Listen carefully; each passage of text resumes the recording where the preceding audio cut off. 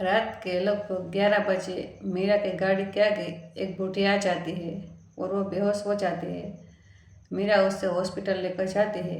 कुछ दिन बाद जब मीरा को उससे बूढ़ी अम्मा के घर वाले नहीं मिलते हैं तो वो उन्हें अपने घर पर लेकर आ जाती है।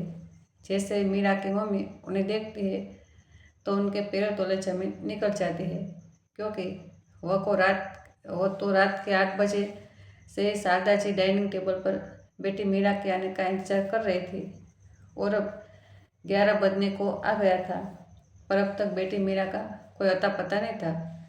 उन्होंने कई बार फ़ोन ट्राई किया पर उसका फ़ोन भी नहीं लग रहा था। बाहर आंधी तूफान से साथ बहुत तेज बारिश हो रही थी। यह देख शारदा जी की चिंता बढ़ गई थी। भगवान, कहाँ रह गई मेरी बच्ची? कहीं किसी मुसीबत में तो नहीं फंस गई? सोचते ही मन तरह तरह की आशंकाओं से भर गया।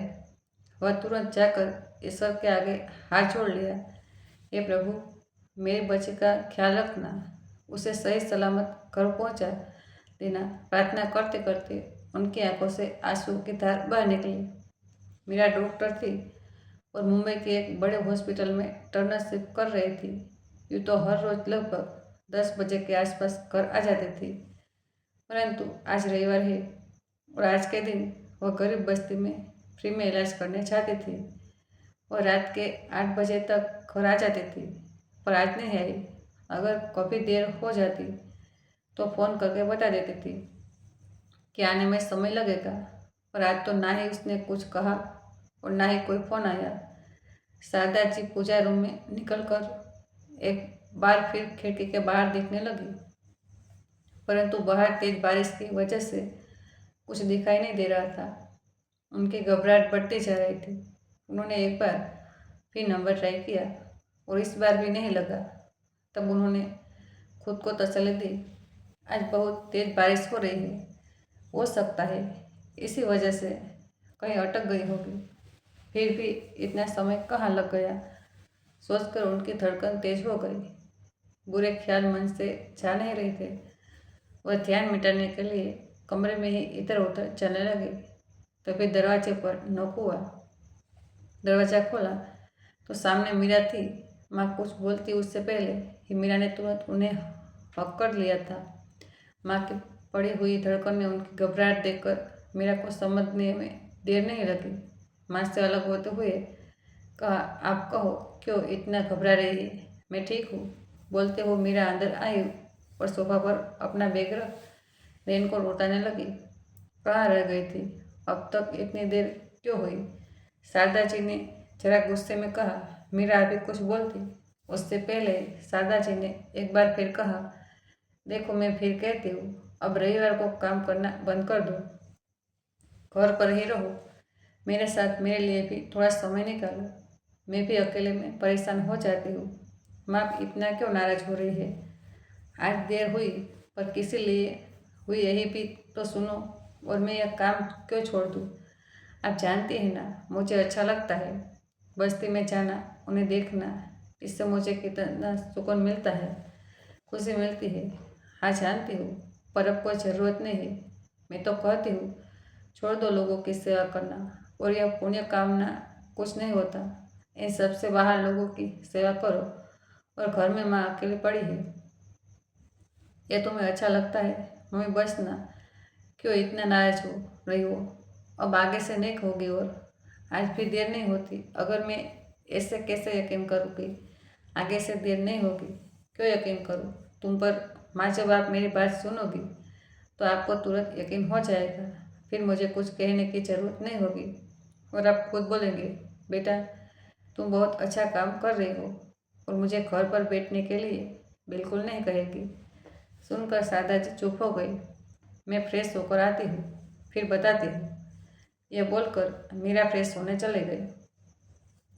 शारदा जी को भी बेटी पर पूरा भरोसा था, तो वो अब सामान्य रही। मीरा थाली लगाते हुए, पता है आज शाम को जैसे ही बादल गिरने लगे, मैं तुरंत वहाँ से निकल गई। अभी कुछ ही दूर निकली थी कि तेज बारिश होने लगी। खाली सड़क पर मैं कार तेजी से भगा रही थी, तभी अचानक सामने एक बूढ़ी औरत मेरे कार के सामने आ गई। पहले तो मुझे ऐसा लगा कि शायद वह कार के नीचे आ गई। फिर जब मैंने बाहर आकर देखा तो वह नीचे गिरी थी और बेहोश हो चुकी थी। मैंने उन्हें मोबाइल की लाइट में देखा। उन्हें कहीं चोट तो नहीं आई थी, पर शायद डर के मारे वो बेहोश हो चुके थे। कुछ देर तक जब उन्होंने होश नहीं आया तो मैंने तुरंत उन्हें कार में बिठाया और पास के हॉस्पिटल ले गई। तो क्या हुआ? होश आया उन्हें? हाँ माँ, उन्हें होश तो आया, पर वो अभी भी कुछ बताने की स्थिति में नहीं है। जब चोट नहीं लगी तो फिर अचानक ऐसी हालत कैसे हो गई? माँ, क्योंकि वो बहुत बुजुर्ग और कमज़ोर है, और सबसे बड़ी बात कि उन्होंने पिछले कई दिनों से कुछ नहीं खाया है। मैंने उनका इलाज किया, उनके पेट में अन्न का एक दाना तक नहीं था। यह तू क्या बोल रही है बेटा? जो देखा वही बोल रही हूँ, वो सच बोल रही हूँ माँ। आखिर कौन है वो बूढ़ी औरत? कहाँ से आई है? यह तुम क्या बोल रही हो बेटा? माँ ने खाना परोस हुए पूछा। जो देखा वही बोल रही हूँ माँ, और सच बोल रही हूँ। अब कल जाकर देखती हूँ उनकी तबीयत कैसी है। अगर सुधार नहीं आ रहा तो उन्हें लेकर अपने हॉस्पिटल में एडमिट कर दूँगी। ठीक है बेटा? और हाँ, उन्हें पूछे लेना कौन है, कहाँ रहती है, फिर उन्हें सही सलामत घर भी छोड़ देना। ऑफकोर्स उन्हें सही सलामत उनके घर पहुँचा दूँगी माँ। मीरा ने एक बाइट अपने मुंह में लेते हुए कहा। एक पल के लिए चुप्पी छा गई। दोनों माँ बेटी चुपचाप खाना खाने लगी। खाते खाते शारदा जी कुछ सोच रही थी। क्या हुआ माँ? आप क्या सोच रही हो? यही कि आखिर कौन होगी वह महिला जो इस बारिश की रात में बेतहाशा सड़क पर भाग रही थी। और सबसे बड़ी बात यह कि कई दिनों से उनके पेट में अन्न का एक दाना नहीं था। कौन है वह? कहाँ से आई होगी? तू डॉक्टर है या माइंड रीडर? यूँ तो मैं सिर्फ एक डॉक्टर हूँ, लेकिन आपके केस में मैं दोनों हूँ। हर चीज़ आप बहुत ज़्यादा सोचने लगती हूँ, इसलिए आपको कुछ बताने का मन ही नहीं करता। अब कल उन्हें होश आ गया तो पूछ लूँगी ना, और जहाँ उनका ठिकाना होगा वहाँ पहुँचा भी दूँगी। अब शांत रहिए माँ। फिर कुछ बोलने लगी तो मीरा ने चुप करा दिया। बस माँ, अब टॉपिक चेंज करते हैं। अभी अभी आपने कहा कि हम दोनों का साथ में थोड़ा समय बिताना चाहिए, और अभी आप एक ही बात को पकड़ कर बैठे। इतनी रात गए आई हूँ, आपने एक बार भी मेरे काम के बारे में नहीं पूछा। कैसा रहा मेरा दिन? कैसे थे आज के पैसे? अरे मेरी भैया, सब तो मैं तुमसे रोज़ बातें करती हूँ और यह तो रोज़ का टॉपिक है, लेकिन आज तुमने जो कुछ कहा वह अलग और सोचने वाली बात है। बस इसलिए सोचने लगे बैठ। ठीक है, अब आप ज़्यादा मत सोचो। बारिश बहुत हो रही है, आपको सर्दी जुकाम बहुत जल्दी लगती है, तो मैं हल्दी वाला दूध बनाती हूँ। हम दोनों साथ में पियेंगे। बेटा, तू जानती है ना, मुझे हल्दी वाला दूध पसंद नहीं है, तो तू पी लेना। मैं सादा दूध ही पी लेती हूँ। ना माँ, आपने जितनी देर में ये सब कहा उतनी देर के लिए मैं बहरी तो हो गई थी, तो मैंने कुछ नहीं सुना। हाँ, इसलिए इससे पहले मैंने क्या कहा वह मुझे बराबर याद है। तो मैंने जो कहा आप करेगी। तू मेरी बेटी है, तुझे मेरी बातें माननी चाहिए, पर हर वक्त अपना रूल चलाती है मेरे ऊपर, और मुझे तुम्हारी बात माननी ही पड़ती है, क्योंकि और कोई ऑप्शन नहीं है। माँ तो माननी ही पड़ेगी। दोनों माँ बेटी बहस कर रही थी कि तभी मीरा का फ़ोन बजा। लो, बात करो। आ गया आपकी लाडली बेटी का फ़ोन। अब मुझसे ज़्यादा अपनी बड़ी बेटी ने नसीहत सुनो। अरे पहले ही तुम बड़बड़ करने लगी। फ़ोन तो उठा। हाँ बोलो दीदी। अरे मैं क्या बोल रही हूँ बहन? सन्ना अभी अपनी बात पूरी करती उससे पहले मीरा ने कहा, यह है कि बारिश बहुत हो रही है माँ, को जल्दी सर्दी लगती है। उनका ख्याल रखना, हल्दी दूध देती रहना, दवाई समय पर देना, वरना अपने मन से कभी लेगी नहीं। यही बोलने वाली थी ना। आप बहन हंसने लगी। अरे मैं तो भूल ही जाती हूँ कि मेरी बहन डॉक्टर है। अरे कुछ भी बताने की ज़रूरत नहीं है दीदी, मैं तो सोच ही रही हूँ कि कुछ मेडिसिन आपके लिए भी लिख दूँ। कौन सी मेडिसिन और किस लिए बहन? मैं तो पूरी तरह ठीक हूँ। यदि याददाश्त बढ़ाने वाली दिन पर दिन आपकी याददाश्त कमज़ोर हो जा रही है ना, इसके लिए अच्छा तो तुम मुझे भुलक्कड़ बोल रही हो। शुक्र है बहन कि तू सामने नहीं है, नहीं तो अच्छी खासी पीट जाती, वैसे ही जैसे बचपन में पीट देती थी, उससे भी खतरनाक। चलो चुप करो, अब मैं वह छोटे बच्चे नहीं रही कि आपसे पीट जाओ। बोलकर दोनों बहन हंसने लगी।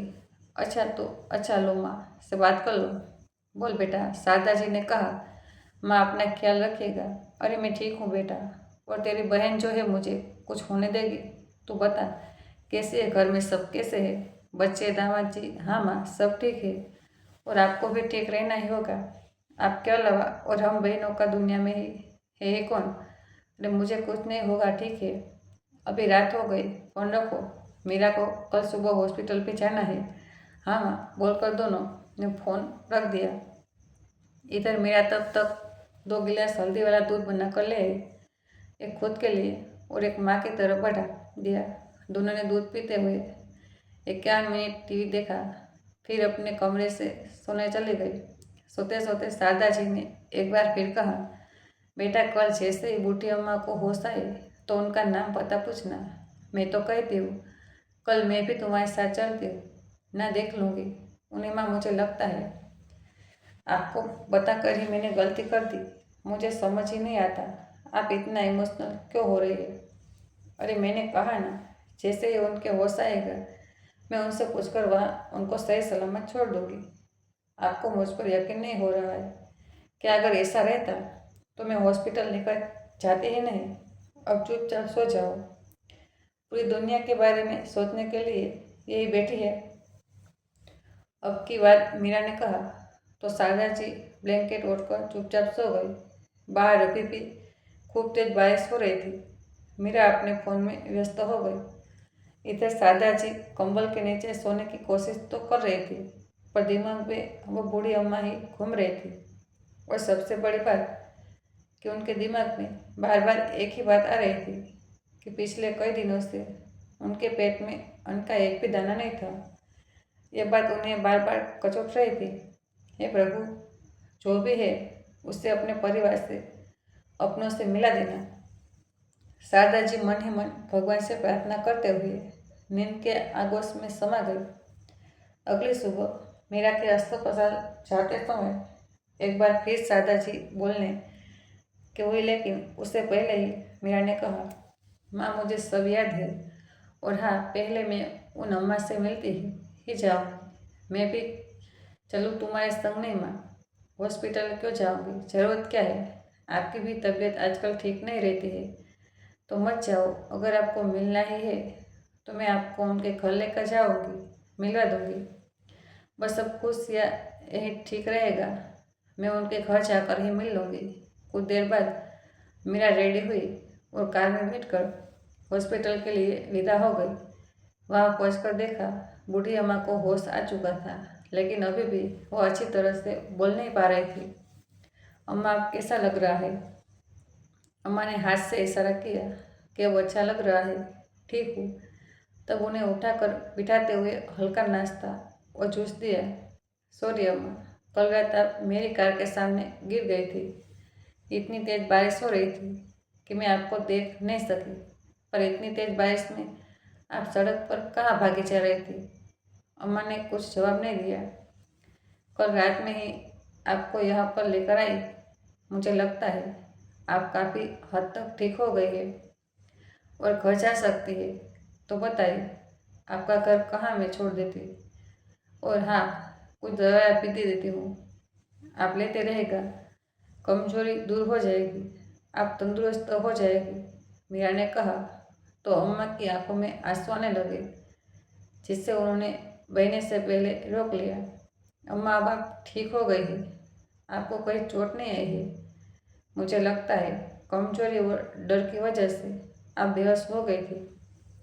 बात और आपने पिछले कुछ दिनों से खाना क्यों नहीं खाया? अब इस उम्र में कौन सा उपवास कर रही है? अम्मा ने फिर कुछ जवाब नहीं दिया।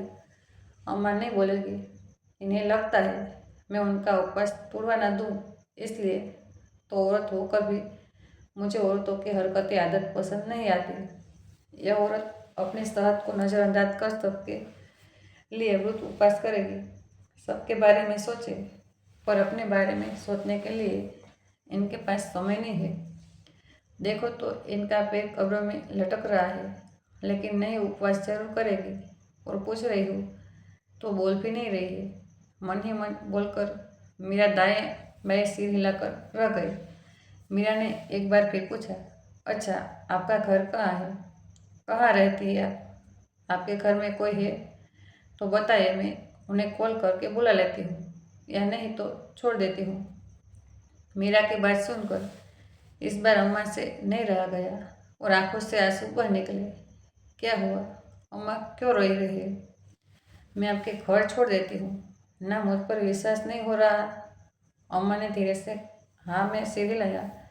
तो फिर जल्दी बताओ, आप कहाँ रहती हो? अम्मा ने धीरे से फुसफुसा कर कहा, मंदिर के पास रहती है। आप कौन से मंदिर के पास? यहाँ से थोड़ी दूर पर है। अच्छा ठीक है, फिर चलिए मेरे साथ। फिर मीरा ने अम्मा का हाथ पकड़कर अपनी कार में बिठाया और चल पड़ी। उनके बताए रास्ते की तरफ कुछ देर तक चलने के बाद वह मंदिर तक अम्मा ने इशारा किया वहाँ उतार देने के लिए, तो मीरा ने उतार दिया। हाँ बताओ अम्मा, अभी यहाँ से किस गली में घर है आपका? मैं वहाँ छोड़ देती हूँ। मैं चले जाऊँगी बेटा। अम्मा, अगर आप फिर गिर गई ना, तब आपके घर वाले मेरी खटिया खड़ी कर देंगे। जल्दी बताए, आप कहाँ रहती हो? मैं आपको छोड़ देती हूँ। कि बार अम्मा ने बहाना बना दिया कि यही मंदिर में कुछ देर बैठूंगी, फिर घर जाऊँगी। मैं चली जाऊँगी। मेरे बच्चे, तुम अपने काम पर जाओ, तुम्हें देर हो रही होगी। देर तो सच में हो रही है।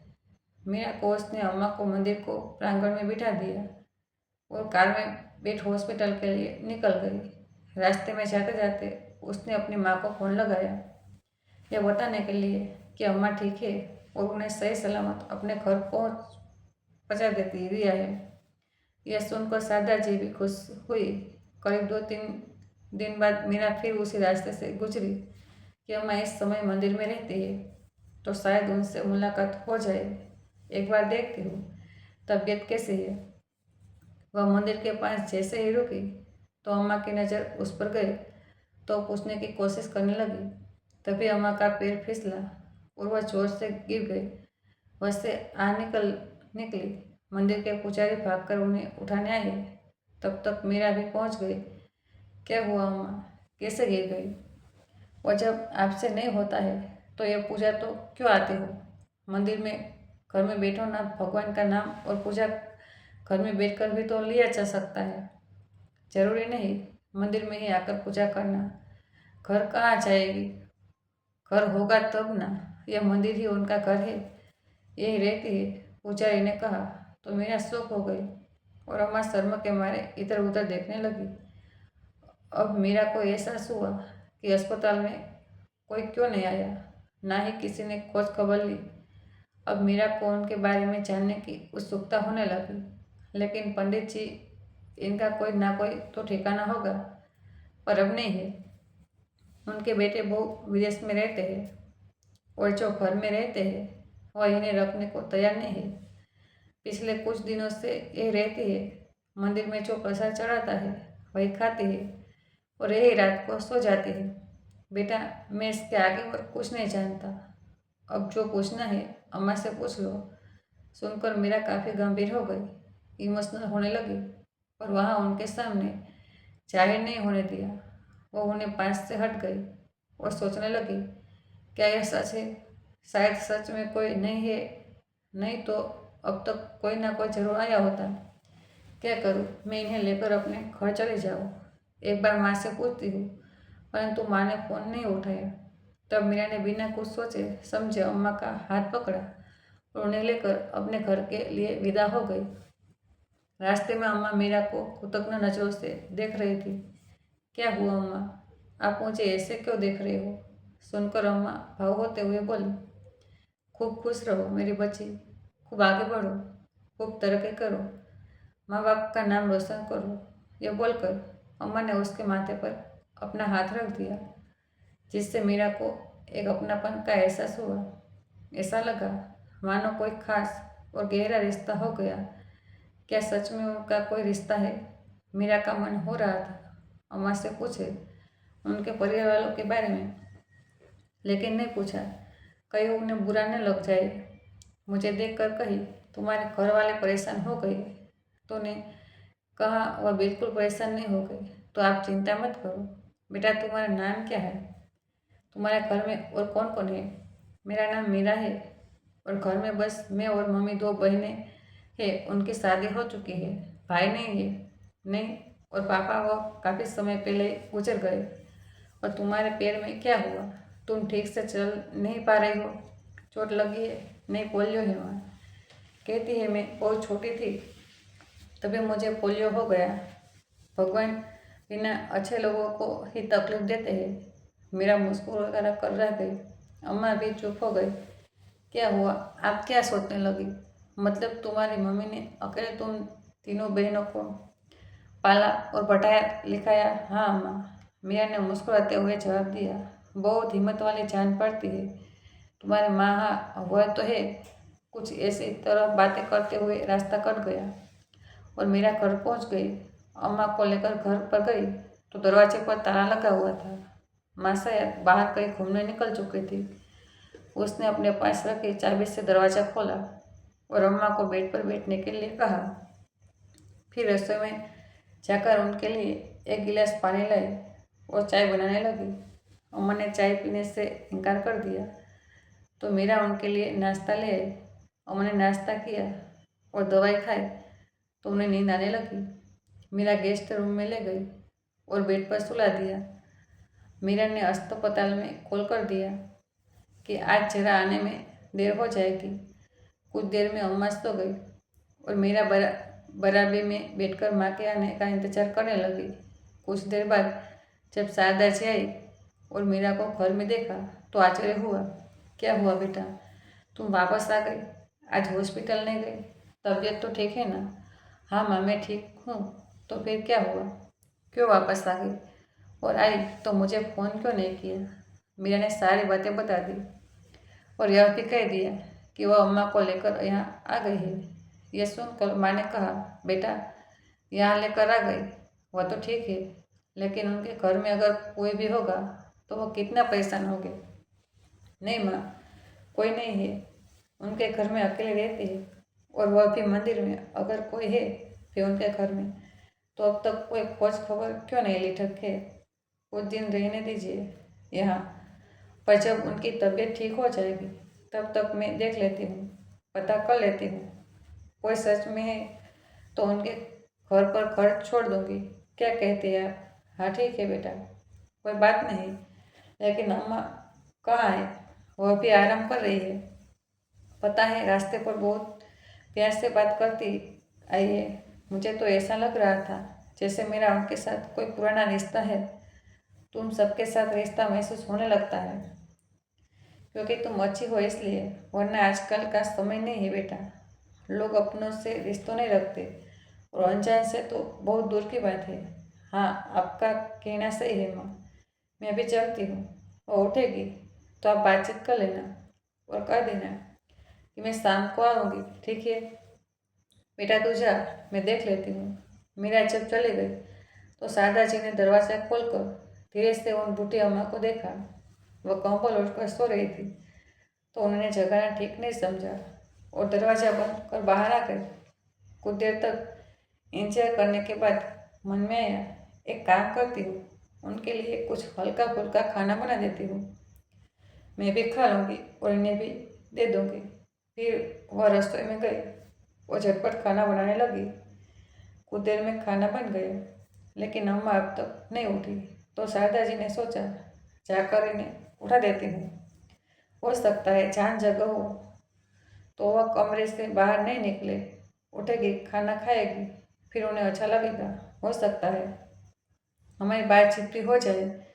मन में सोचते हुए वह दरवाज़ा खोलकर अंदर गई और धीरे से कमर हटाकर कहा, अम्मा उठ जाए, खाना खा लीजिए। अम्मा को जवाब देती उससे पहले शारदा जी ने फिर कहा, माँ उठिए, मैं मीरा की माँ हूँ, आप ठीक है? उठिए, खाना खा लीजिए। यह बोलकर शारदा जी ने कंबल हटा दिया। फिर उनकी पकड़ जैसे ही उन्हें उठाकर बिठाया कि अम्मा का चेहरा देखते ही उनके पैरों तले जमीन खिसक गई। वह मुंह खुला रह गया, आंखें फटी रह गई। कुछ यही हाल बूढ़ी अम्मा का थी भी था। अम्मा कुछ बोलने को हुई, लेकिन आवाज़ मुंह में रह गई और बोल नहीं सकी। इधर शारदा जी की आंखों से झरझर आंसू बहने लगे। माँ जी, आप इस हालत में कैसे, क्या हुआ? घर में बाकी सब कैसे है? कहाँ है वह? शारदा जी की बात सुनते ही अम्मा जी की आंखों से झरझर आंसू बहने लगे, फुट फुट कर रोने लगी। वह बूढ़ी अम्मा कोई और नहीं, शारदा जी की सास थी।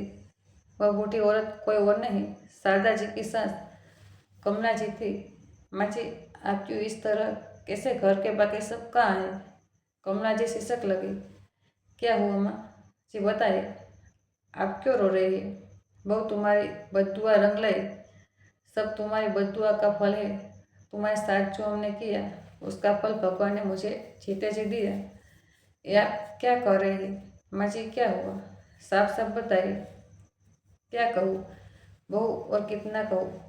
सबने मुझे घर से निकाल फेंके, कोई रखना नहीं चाहता। सही कहते हैं लोग, अपना किया धरा हमें इसी जन्म में भोगना पड़ता है। जिस बेटे बहू के लिए सब कुछ किया, सही गलत कुछ नहीं सोचा, उसी ने मिलकर मेरा यह हाल कर दिया। बोलकर अम्मा की आंखों से आंसू बहने लगे। वही शारदा जी की आंखों के सामने पुरानी यादें ताजा हो गई, तस्वीर की भांति एक एक कराने लगी। शारदा जी की अभी नई नई शादी हुई थी। उनके पति मनोहर बाबू सरकारी स्कूल में टीचर थे। 3 जेठानी देवरानी में वह सबसे छोटी बहू थी और गरीब परिवार से आई थी। बाकी इनकी दोनों जेठानी काफ़ी अमीर परिवार से थी, तो सास इस बात के लिए हमेशा ताना देती कि पता नहीं किसी गरीब फकीर खानदान से आ गई है। शारदा जी कभी विरोध करती तो जो दोनों जेठानी सास को सह देने लगती और तब तीनों मिलकर खूब शारदा जी को खरी खोटी सुनाते। कभी तीज त्योहार में दोनों जेठानी के मायके से खूब सारा सामान आता, वही शारदा जी के मायके से थोड़ी बहुत आते तो कभी नहीं आते, तो इस बात के लिए भी उसे खूब सुनाया जाता। कितनी बार शारदा जी विरोध करना चाहती, पर पति मना कर देते कि माँ के सामने मत बोलो, और शारदा जी मन महसूस कर रह जाती। उसे याद है जब पहली बेटी हुई तो सासू माँ ने कैसे मुँह बना लिया। पोते का इंतजार कर रही थी, पोती हो गई, और ऐसे तो मायके का लक्षण लग गया है। मेरे खानदान में तो सबको पहले बेटा ही होता है, यहाँ तक कि जानवर को भी और इससे बेटी हो गई। तब शारदा जी को खूब रोना आया, लेकिन फिर वह भी सहन कर लिया। लेकिन जब दूसरी बेटी हुई तब तो मानो दुख का पहाड़ टूट पड़ा। कमला जी उनके खाने पीने में दिक्कत तो करती, ऊपर से बेटे को भड़काने लगी। इस बहू से तो पोता नहीं होगा, मुझे तुम दूसरी शादी कर लो। अब तो जेठानी भी ताना मारने लगी कि तुम्हें बेटा नहीं है, तुम निपुत्र हो। शारदा जी कभी अपने पति से यह बातें करती तो अब कहते, जिसे जो कहना है कहने दो, मैं तुम्हारे साथ हूँ ना, तो और क्या चाहिए। तब शारदा जी खुश हो जाती, संतोष कर लेती।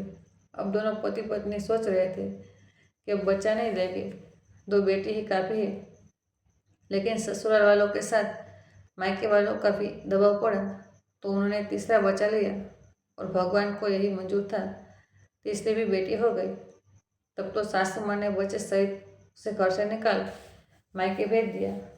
तो अलग से है, अभाग है, खाली बेटी जनेगी, तब मेरे बेटे का वंश कैसे बढ़ेगा, खानदान कैसे बढ़ेगा। जा तो निकल जा। और अपने बेटे पर दूसरी शादी के लिए दबाव डालने लगी। तब बेटा मुस्कुरा कर रहा जाता, क्या हो गया माँ, बेटा और बेटी में आजकल कोई फर्क नहीं है। लेकिन माँ का हाथ समझती, उन्हें तो पोता चाहिए। रात दिन तेल लगा कर बैठी रहती। एक शाम बहुत तेज बारिश हो रही थी। शारदा जी के पति काम से बाहर गए हुए थे। घर लौटते समय बारिश की वजह से उनका एक्सीडेंट हो गया और वही उनकी मृत्यु हो गई। शारदा जी पर दुख का पहाड़ टूट पड़ा। क्या करूं क्या नहीं समझ में नहीं आ रहा था, लेकिन पति की सरकारी नौकरी थी, तो अनुकंपा पर उन्हें शिक्षक की नौकरी मिल गई। परंतु ससुराल वाले चाहते थे कि यह नौकरी उनके दोनों जेठ में से किसी को मिले। पर सादाजी ने जिद करके कहा कि मेरे पास 3 बच्चे हैं, तो मैं अपने बच्चों का लालन पालन कैसे करूँगी, इसलिए नौकरी मैं ही करूँगी। और जिद करके नौकरी कर ली। इस गुस्से में दोनों जेठ जेठानी से सास को खूब चढ़ाया, उल्टा सीधा सिखाया और सादाजी को घर से निकलने पर मजबूर कर दिया। सादाजी रोती बिलखती रह गई। मैं 3 बच्चों को लेकर कहाँ जाऊँगी? मायके में भी कोई आश्रय नहीं है। मुझे कुछ नहीं तो रहने के लिए एक घर दे दीजिए। लेकिन किसी ने एक ना सुनी। तब सादाजी ने कमला जी की पैर पकड़ ली। माँ जी, आप तो मेरी सास है, बच्चों की दादी है। कम से कम आप तो समझिए, मैं 3 बच्चों को लेकर कहाँ जाऊँगी? मुझे बाकी संपत्ति में से कोई हिस्सा मत दीजिए। कुछ नहीं चाहिए, बस रहने को एक छत दे दीजिए। मैं उसमें रह जाऊँगी, तीनों बच्चों को पाल लूँगी। तब सासू माँ लाज से धक्का मारते हुए बोली, मेरे बेटे को तो खा गई, अब किसी हक से यहाँ रहेगी? फिर तुम बेटियों की माँ हो तो तुम्हारा कैसा हिस्सा? कोई हिस्सा नहीं होगा। जहाँ मन होता है वहाँ जा। अगर नहीं संभाल सकती तो इतनी बेटी पैदा क्यों है की जा कही? फेंक दे, मार दे। जब कोई रखने को तैयार नहीं हुआ तो सादाजी तीनों बेटियों को साथ में लेकर घर से निकल गई। जमीन जायदाद और छत तो दूर, किसी ने एक टाइम का खाना बनाने के लिए अनाज तक नहीं दिया। सादाजी को समझ नहीं आ रहा था कि क्या करूं, कहाँ जाऊं। उन्हें परेशान देख उनके स्कूल के प्रार्थना अध्यापक ने पूछ लिया। तब रोती हुई उन्हें सारी बातें बता दी। सुनकर उनका भी कलेजा पसीज गया। कोई बात नहीं, आप कुछ दिनों तो स्कूल में ही रह जाएंगे। जब घर की व्यवस्था हो जाए तब आप यहाँ से चले जाएगा। तब सादाजी तीनों बेटियों को लेकर स्कूल में रहने लगी जिसमें वो पढ़ाती थी। इस बीच छोटी बेटी की तबीयत खराब हो गई। वो जब डॉक्टर के पास लेकर गए तो पता चला उसके पैर में पोलियो है। काफ़ी इलाज कराया, आराम तो हुआ, लेकिन पूरी तरह ठीक नहीं हुई, जिस वजह से वह ठीक से चल नहीं पाते हैं। स्कूल में वो अच्छे से रहने लगी, लेकिन यह बात बाकी लोगों को, शिक्षकों को पसंद नहीं आया और वह सादाजी और प्रधान अध्यापक को लेकर खिल्ली उड़ाने लगे, मजाक उड़ाने लगे। उस दिन समझ में आया, सिर्फ औरतों की दुश्मन नहीं होती, मर्द भी बड़े दुश्मन होते हैं। अपने चरित्र पर उंगली उठते देखी तो उन्होंने एक छोटी सी झोपड़ी किराए पर ली और उसमें रहने लगी। फिर धीरे धीरे उन्होंने घर का सामान जुटाया और जमीन लेकर घर बनाया। तीनों बेटियां काफ़ी होशियार, समझदार और पढ़ने में तेज तराक थी। पूरी होते ही शारदा जी ने दोनों बेटियों की शादी बिना किसी दहेज के हो गई, लेकिन छोटी बेटी पोलियो की वजह से दिव्यांग थी, इसलिए अब शारदा जी को बहुत चिंता होने लगी, उसकी शादी कैसे होगी। तब मीरा ने कहा, माँ मेरी चिंता मत करो, मुझे पढ़ने दो, मुझे डॉक्टर बनना है। पहले पढ़ाई कर लूँगी, अपने पैरों पर खड़ी हो जाऊँगी, फिर शादी बाद में देखेंगे। तब शारदा जी बोली, मैं प्राइमरी स्कूल की शिक्षिका हूँ, कहाँ से इतना पैसा लाऊंगी जो तुम्हें डॉक्टरी की पढ़ाई करा दूँ। लेकिन कहते हैं ना, जहाँ चाहा वहाँ रहा, वही हुआ। हद तक तो उसकी मदद उसकी बहनों ने की और बाकी मेडिकल कॉलेज में उसकी फीस माफ़ हो गई। जो प्रोफेसर उससे पढ़ाते थे उन्होंने बिना फीस लिए कि मीरा को पढ़ाया। शारदा जी ने कई बार पूछा रिफर्स के बारे में, तब वो प्रोफेसर कहते, मेरा बिटिया को डॉक्टर बनने दीजिए, फिर सारा फीस उसी से ले लूँगा। मैं मीरा ने भी बहुत मन लगाकर पढ़ाई की और आज वह डॉक्टर बन गई। इधर शारदा जी भी सब कुछ भूलकर अपने बच्चों में घुल मिल गई। अब ससुराल और सास की बातें याद नहीं करती। उन लोगों ने कभी नहीं बुलाया और ना ही शारदा जी कभी गई। लेकिन मीरा जब कल बूटिया माँ का नाम लिया तभी से शारदा जी का मन विचलित हो रहा था। आखिर कौन है वह माँ? क्या अम्मा सच कह रही है? दोनों बेटों वो उन्हें सच में भगा दिया, इनके निकाल दिया? ऐसा कैसे कर सकते हैं? वह भी तब जब इतनी बुजुर्ग हो चुकी है। क्या सोच रही हो? वो मेरी बातों पर विश्वास नहीं हो रहा। तुम्हें कैसे होगा? मैंने तुम्हें इतनी दुख तकलीफ जो दी है तो यकीन कैसे करोगी? सुनकर शारदा जी वर्तमान में लौटी। नहीं अम्मा, मैं रही हूँ और विश्वास भी हो रहा है, पर उन्होंने ऐसा क्यों किया? क्या बताऊँ? बहू तुम्हारे घर से जाने के बाद कुछ दिन तक ठीक ठाक रहा, फिर दोनों भाई आपस में बंटवारा करने के लिए झगड़ा करने लगे। मैं जब उन दोनों को समझाने लगी तब वह दोनों मुझसे लड़ने लगे। अंत में मैंने सारी संपत्ति को दोनों में बंटवारा कर दिया।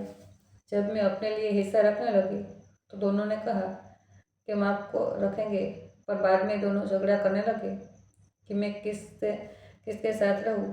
दोनों बोल रहे थे, माँ को तुम रखो, तुम रखो। फिर 6 महीना करके दोनों मुझे रखने को तैयार हो गए। मैं जिसके साथ रहती वह बहू मुझसे नौकरों की तरह व्यवहार करती, घर का सारा काम करवाती और खाना माफ कर देती। वह भी समय से नहीं, जब तक शरीर में ताकत थी तब तक सारा काम करती रही, पर जब समय से खाना नहीं मिलता तो आखिर शरीर कब तक तंदुरुस्त रह सकता है? तो मैं भी दिन पर दिन कमजोर और बीमार होती चली गई। फिर तो दोनों बेटा बहू पे से कोई भी मुझे पलट कर देखना तक नहीं चाहता था। खाना पीना और इलाज तो बहुत दूर की बात है। जब कभी उन दोनों के बच्चे बोलते कि माँ दादी को खाना दे दो, तब दोनों बहुएं टूनक कर बोलती, पता नहीं बूढ़ी कब मरेगी। यह सब सुनकर जब नहीं बर्दाश्त हुआ तब मैं घर से निकलकर मंदिर में रहने लगी।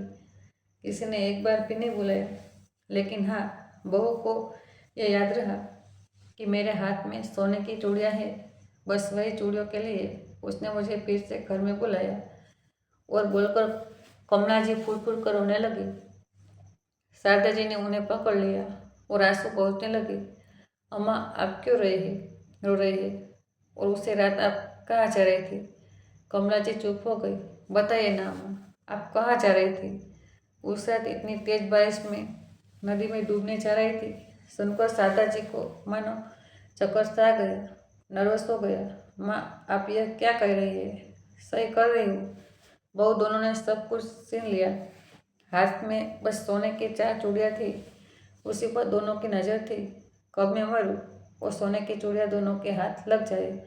लेकिन जब मैंने नहीं दी तो इसी गुस्से से पिछले 4 दिनों से दोनों ने मुझे कुछ खाना नहीं दिया। पानी पीकर मैं कब तक खड़ी रहती। जब नहीं बर्दाश्त हुआ तब उस दिन तेज बारिश में मैं घर से निकल गई। लेकिन देखो, भगवान को कुछ और मंजूर था। उन्होंने मुझे मरने नहीं दिया और मेरी पोती को भेज दिया। उसने मुझे बचा लिया। बहू, मैं जिस पोती को इतना दुख दिया, इतनी बद्दुआ दी, उसी पोती ने मेरी जान बचा ली। जिसके लिए इतना पाप किया, इतना सब कुछ किया, उसने तो पलट कर देखा तक नहीं कि मैं मर गई या जिंदा हूँ। बहू, तुम मुझे मत रखना, मुझे जाने दे। मैं अब ठीक हूँ। मैं कहीं काम करके अपना पेट पाल लूँगी, लेकिन मैं तेरे साथ नहीं रहूँगी। क्यों माँ, आप ऐसा क्यों बोल रही है? नहीं रहेंगी? क्या कभी है यहाँ और कहाँ जाएगी? अब कोई कमी नहीं है बहू, लेकिन किसे मुँह से रहूँ? इसी मुँह से तुझे मुझे कितनी गालियाँ दी, कितने अपशब्द कहे, कितनी बददुआ दी, इसलिए नहीं रह सकती। शर्म आ रही है मुझे। इसमें शर्म की कोई बात नहीं है। दादी, आप मेरी दादी है और आप यहाँ से कहीं नहीं जा रही। यह मैं बोल रही हूँ। पीछे से आते हुए मीरा ने कहा। दादी शब्द सुनते ही कमला जी फुट फुट कर रोने लगी। तुम्हें पता चल गया मेरी बच्ची, मैं तुम्हारी दादी हूँ। हाँ दादी, मैंने सब बातें सुन ली है। और हाँ, पीछे जो कुछ भी हुआ मैंने नहीं देखा, लेकिन आज जो सामने मेरी दादी बैठी है वो बहुत अच्छी है और मुझे दादी की ज़रूरत है। मैं वर्षों से माँ के साथ रह रह कर बोर हो गई हूँ। मैंने कितनी बार माँ से पूछा मेरे दादा दादी कहाँ हैं, लेकिन माँ ने कभी कुछ बताया नहीं। अब जब आप यहाँ आ गई हैं तो यहाँ से कहीं नहीं जाएगी। मैं नहीं जाने दूँगी। आप हमारे साथ यही रहेगी। समझे? अगर नहीं समझे, जिद करेगी तो आप जानते हैं ना, मैं डॉक्टर हूँ। मोटे मोटे इंजेक्शन लगा दूँगी। पोती मीरा की बात सुनकर कमला जी रोते रोते हंस पड़ी और मीरा को गले से लगाते हुए बोली, अरे मेरी बेटी, मुझे माफ़ कर दी। अपनी दादी को मैं तो यहाँ तुम लोगों के साथ रहने के लायक नहीं हूँ, लेकिन तू बोल रही है तो मैं रहूँगी। अब मेरे पास तुम दोनों को देने के लिए कुछ नहीं है, लेकिन हाँ, यह सोने के 4 चूड़ियाँ है, तुम रख लो बेटा, और जितना आशीर्वाद होगा मैं सब तेरे लिए करूँगी। दादी, एक बात कहूँ, आपकी वह दुआ हमें नहीं लगी, वह तो दुआ में बदल गई। देखो मैं कितनी खुश हूँ, और पता है आपको मैं कितनी बड़ी डॉक्टर हो गई हूँ। तो ये चूड़ियाँ भी आप ही पहनी है, हमारे लिए आपका आशीर्वाद ही काफ़ी है। हाँ मेरी बच्ची, तू बहुत बड़ी डॉक्टर है और बड़ी बन जा, दुनिया की सबसे बड़ी डॉक्टर बन जा, खूब नाम कमा, माँ बाप का खूब नाम रोशन कर। तुम्हें मेरी तरफ से बहुत सारा प्यार, बहुत सारा आशीर्वाद। यह सुनकर मेरा दादी से लिपट गई और माँ को इशारा किया तो शारदा जी भी पुरानी सारी बातें भूलकर सास के गले से लिपट गई। तभी पीछे से आवाज आई, और मेरा बेटा, मेरी फीस कहाँ है? याद है ना, मैंने तुम्हें कहा था कि जब तुम डॉक्टर बन जाओगी, कमाने लगोगी, तब तुमसे तुम्हारी फीस लूँगा। सबने पीछे मुड़कर देखा तो वही प्रोफेसर थे जिन्होंने मीरा को बिना फीस लिए पढ़ाया था। शारदा जी और मीरा उठकर खड़ी हो गई और नमस्ते किया। सर आप यहाँ आइए, बैठिए ना, मैं बैठूँगा जरूर, पर मुझे मेरी फीस पहले दोगे कि नहीं, ये जवाब दो। जी सर, आपकी जो फीस बनती है वह मैं सब देने को तैयार हूँ। बताइए क्या फीस है? पक्का शारदा जी सच बोल रही है ना? आप मुझे फीस मिलेगी ना? जी हाँ सर, आपकी दया से बिटिया डॉक्टर बन गई है, अच्छा कमा रही है, क्यों नहीं देगी? फीस बताइए। तो आपकी फीस क्या है? मेरी फीस यही है कि मैं चाहता हूँ मेरा बेटिया मेरे घर की बहू बन जाए। मेरा एक बेटा डॉक्टर है, मैं उसके लिए आपसे मीरा का हाथ मांगने आया हूँ। यह सुनकर मीरा लजा कर घर के अंदर चले गई। वही शारदा जी की आंखों में खुशी के आंसू आ गए। सर मैं नहीं जानती आपका आभार किस तरह व्यक्त करूँ, सारी चिंता दूर कर दी आपने, लेकिन लेकिन क्या? शारदा जी मेरी बेटी दिव्यांग है, क्या आपका बेटा? शारदा जी अभी अपनी बात पूरी करते उस पहले प्रोफेसर साहब ने कहा, आप कैसी बात कर रही है? मुझे और मेरे बेटे दोनों को मेरा बहुत पसंद है, और हमें मेरा बेटा कोई दिव्यांग होने से कोई आपत्ति नहीं है। अगर आपके यहाँ हो तो हम पंडित जी से मिलकर जल्दी ही सगाई और शादी का शुभ मुहूर्त निकलवा लेते हैं। शारदा जी ने भी हंसते हुए कहा, जी सर, बिल्कुल, और शुभ काम में देरी कैसी? शारदा जी आप मुझे प्रोफेसर साहब नहीं समझती, जी बोलिए। ये सुनकर सब हंसने लगे। तभी मीरा अंदर से चाय नाश्ता लेकर आई। उसने सबके पैर छुए, दादी का भी आशीर्वाद लिया। अगले ही दिन पंडित जी आई, सगाई और शादी के शुभ मुहूर्त निकाल दिया। 1 महीने के बाद ये शुभ मुहूर्त निकला। बड़े ही धूमधाम से मीरा का विवाह हुआ। वह ससुराल चली गई, लेकिन जाते जाते उसने डॉक्टर पति से कहा कि मेरी माँ का हम बहनों के अलावा कोई नहीं है, और मैं चाहती हूँ कि अपने ससुराल और सास ससुर के साथ माँ का भी ख्याल रखो, और अब तो बूढ़ी दादी भी है तो उनकी भी देखभाल करनी होगी। पति ने हंसते हुए कहा, सिर्फ तुम्हारी माँ नहीं, हमारी माँ और हमारी दादी, एक बात और, तुम अकेले नहीं, हम मिलकर उनका ख्याल रखेंगे। यह सुनकर मेरा खुशी से पति के गले लग गई। तो दोस्तों, आपको यह कहानी कैसी लगी? कमेंट बॉक्स में अपनी राय जरूर दीजिएगा, और कहानी अच्छी लगी वो तो वीडियो को लाइक, शेयर और सब्सक्राइब करना ना भूलें। Thanks for watching.